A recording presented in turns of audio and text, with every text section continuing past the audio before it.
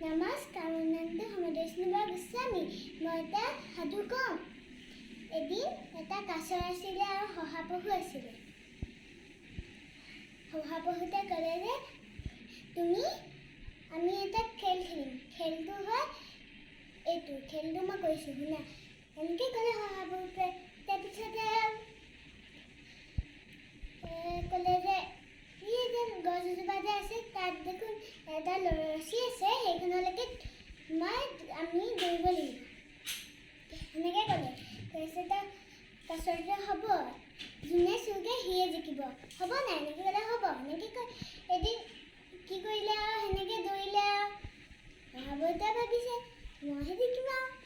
তাৰপিছতে দৌৰি আছে ৰছীডাল চুব পাওঁতে সি তাৰ টোপনি আহি শুই থাকিলে। তাৰপিছতে কাছটো আহি পেলাই আহি আছে লাহে আহি ৰছী চুই দিলেগৈ। ৰছী চুই দিয়াৰ পিছত শহাপহুটোৱে ইফালে চাইছে নাই, সিফালে আগফালে চাইছে আছে। তাৰপিছতে আৰু চবে হাত তালি মাৰিলে।